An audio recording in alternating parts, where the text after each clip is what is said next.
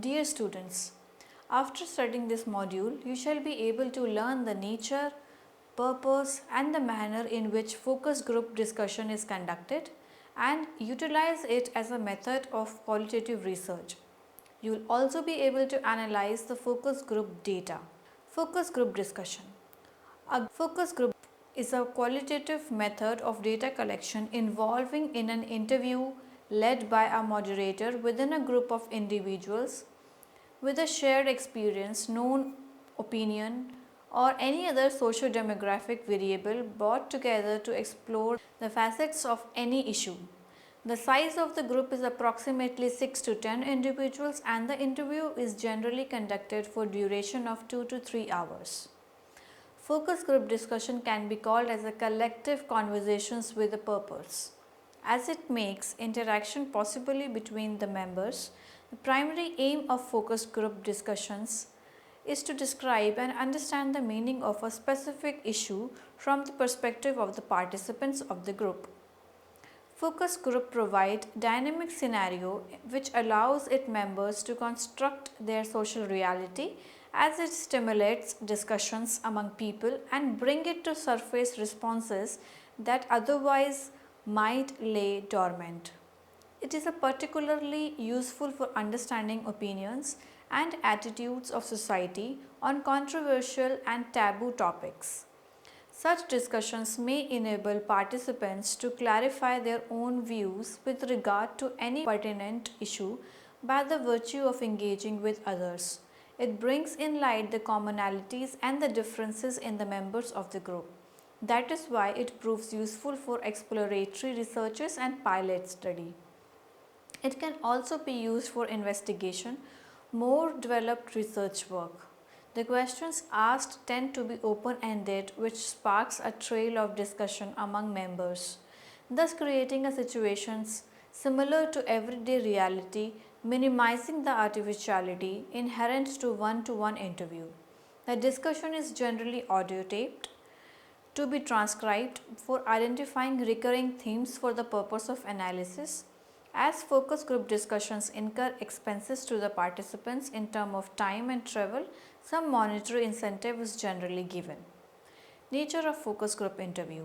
According to Merton, focus group interview differs from similar others due to 4 basic features. First, the person being interviewed are known to have been involved in a particular situation, for example, read a pamphlet, taken part in a psychological experiment or a political rally, etc. Hypothetical significant elements of the situation have been content analyzed by a social scientist to arrive at a set of hypotheses that is potentially consequential to the situation. Researcher that makes an interview guide with structure the process of setting forth criteria of relevance for the data to be obtained in the interview. Finally, the interview is focused on the subjective experience of the person exposed to the pre-analyzed situation and their responses to the situation, help test the pre-formed hypothesis and formulate new ones. Now, steps in conducting the focus group discussion. Before the focus group discussion begin, the facilitator should obtain the socio-demographic information of the participants such as their age, gender, occupation, education and other pertinent information. The type of information to be gathered depends on the FGD topics. One of this is done, this sequence of steps is carried out. First, a brief introduction is given in which the purpose and the scope of the discussion are explained to the participants. Second, participants are asked to introduce themselves to the group. Then the discussion is structured around the key themes using the probe questions prepared in advance. It is important to ensure that all the participants take an active part in the discussion, which can be accomplished using variety of tactics. Points to consider while conducting FGD. Researchers generally should conduct at least 2 to 3 discussions on the same topic with different samples to ensure higher representatives of opinion. The number of discussions required varies with the research question and also depend on how many population subgroups are considered. This points to the level of subjectivity involved. which is logically expected in qualitative methods. At least 2 hours of running time should be provided. Shorter time would indicate unsatisfactory methodology. Generally, 6 to 10 members are considered to be the ideal size for a group. Too many would create chaos, inhibiting some members, and too few would minimize the range of opinions.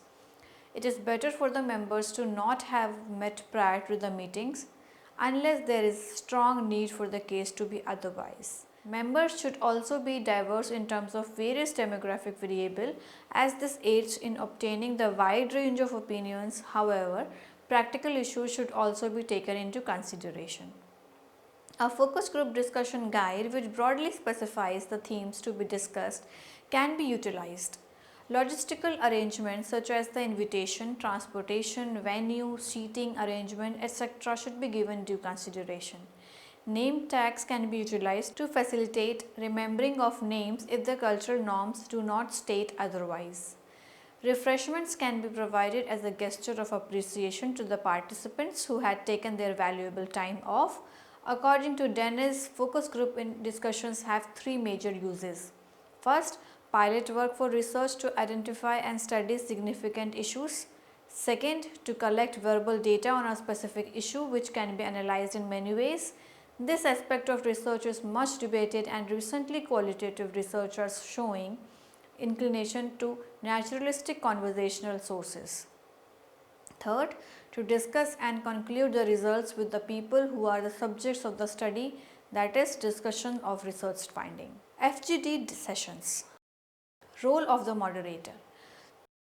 Though the discussion is generally kept flowing by participants themselves, it is important to have a researcher as the moderator for pragmatic reasons. The interview must be skilled with group both to facilitate communication and deal with problems that may arise in due course from conflicting opinions. The moderator should use various techniques to encourage respondents to debate topic and issues, to challenge opinions expressed by others, to identify area of consensus and disagreements, and to collect examples with which to illuminate concepts.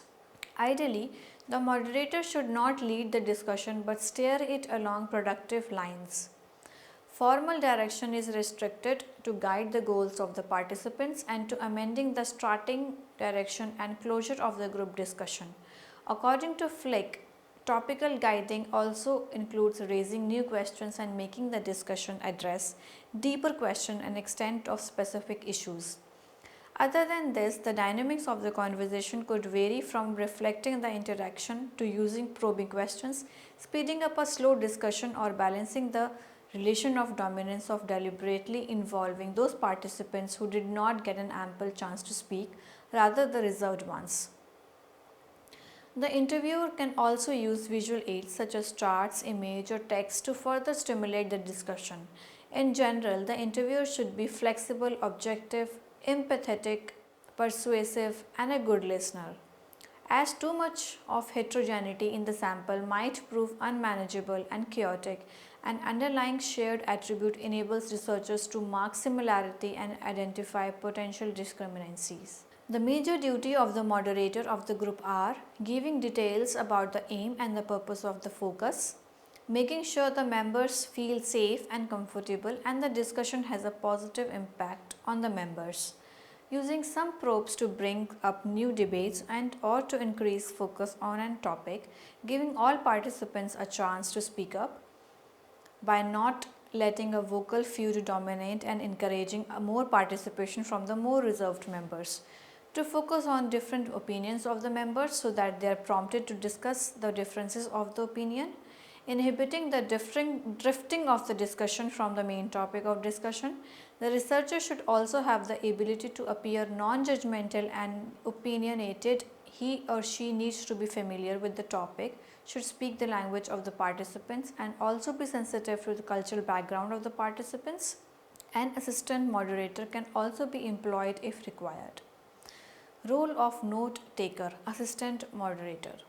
Apart from moderator, another experimenters take field notes. This should capture information on note taking. The assistant moderator must take notes. The moderator himself should not do note making. Field notes are sometimes not interpreted immediately. One may not rely on memory of the events but rather try to take written notes with consistency and clarity. Assistant moderator can coach the participants if there are statements that eloquently express and illustrate as an important point of view. They can also write the names or just the initials of the participants following the quote. Mostly it is not possible to note whole sentence, whole or whole quote, and one can note key points and use 3 periods to denote missing part. Field notes should include the following. Key points and themes for each question are noticed by various different members of discussion. They may be mentioned only once, but it should be in a way that gets attention. When the discussion is over, the assistant can tell the members the theme for their confirmation. Follow-up question which can be asked should be written in the field notes.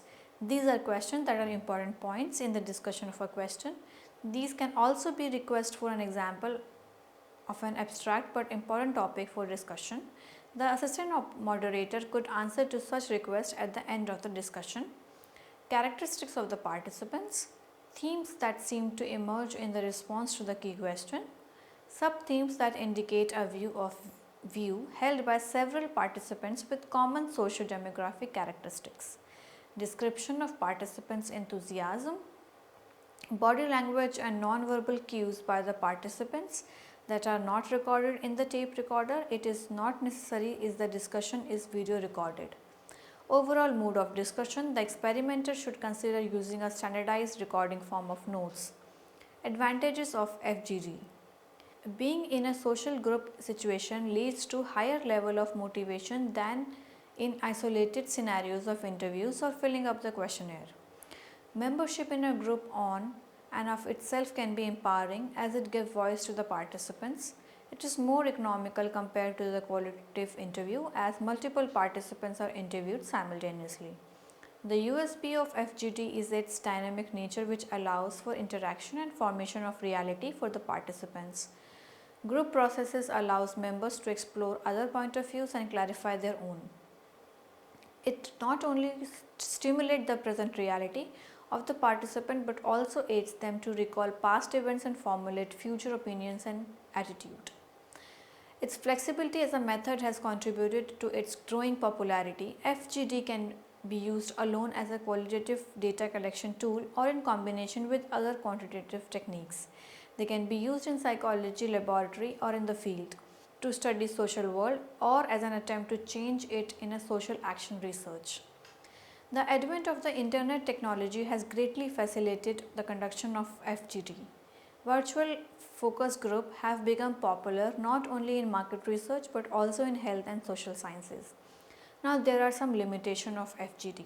Focus group don't represent the typical belief, attitude and ideas or opinions of the usual population as they do not utilize random sampling technique for data collection.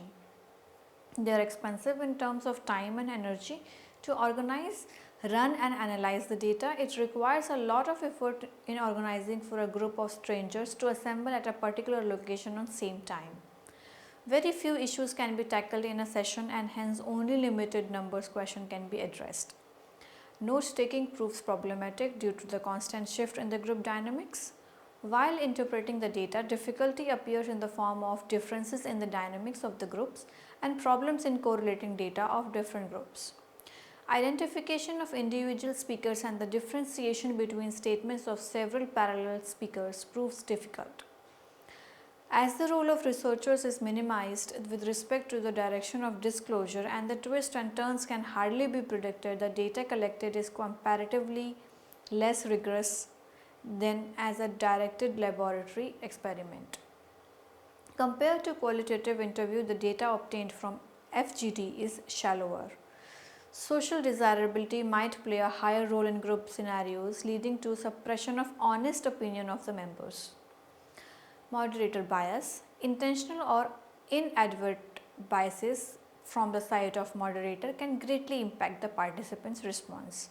Personal biases of the moderator may even influence the participants to reach certain assumptions or conclusions about an idea or a product. Any group discussion, one or two outspoken members tend to dominate focus group interview. This may even lead to the manipulation of the views of the weaker members' view making the outcome extremely biased. Focus groups tend to go completely out of control while discussing sensitive and controversial issues. Now, analysis of FGD. The researcher can choose how to analyze output of the group discussion. This might be qualitative, ethnographic, or based on a systematic content analysis. The group members are not randomly selected, they are purposefully selected. The transcription is the first stage of data analysis, and a fully detailed one will facilitate the further steps of analyzing the data. This is a time consuming process and requires a lot of attention and skill. The method of analyzing the data should have been thought well before depending upon the theoretical framework and research question. The two ways of going about analyzing it is content analysis and discursive analysis. Researchers have also used thematic analysis and grounded theory for analyzing FGD data. You should therefore not limit your section to just two of these. Content analysis. Content analysis is a commonly used approach to analyzing qualitative data which includes FGD as well. It entails coding participants' open-ended conversation into close, objective categories which summarize and systematize the data. The categories can be derived from the data itself or from the previous theoretical framework of the researcher. The main goal of this procedure is to illustrate each category by means of representative quotation from the data. One particular advantage of this method is that it allows for translation of qualitative data into quantitative one. This is achieved by means of counting the number of responses falling within each category and then summarizing the number of responses for each category. Therefore, it provides useful summary and offers an overview of the range and diversity of the participants' idea. In addition to that, it also offers easy comparison with other similar studies undertaken. The main disadvantage is that a great deal of detail is lost, which means that it could be hard to select quotations which are both representative of the categories and compelling in nature, and hence one loses a sense of naturalistic conversation of the individual participants, especially the interaction between the participant, which is an integral part of the focus group data. In addition to this, also a range of coding problem associated with content analysis in regards to with what the participants addresses to himself or to the others in conversation. In other words, it is unable to deal with inconsistency in expressed beliefs, apparent changes of opinion during the course of FGD. Discursive analysis. The discursive analysis presents the collaborative production and negotiation of ideas about the cause of any topic in discussion. It is epistemologically very different from a content analytic approach that sees ideas about a cause as internal cognition. It is also important to note that although discursive analysis has an affinity with narrative methods, from a discursive perspective, a narrated story or other contribution to a discussion is never just stand alone. Rather, it is a form of social action produced for a specific purpose, such as to amuse, inform, illustrate, or explain within the particular interactional context of a particular focus group discussion.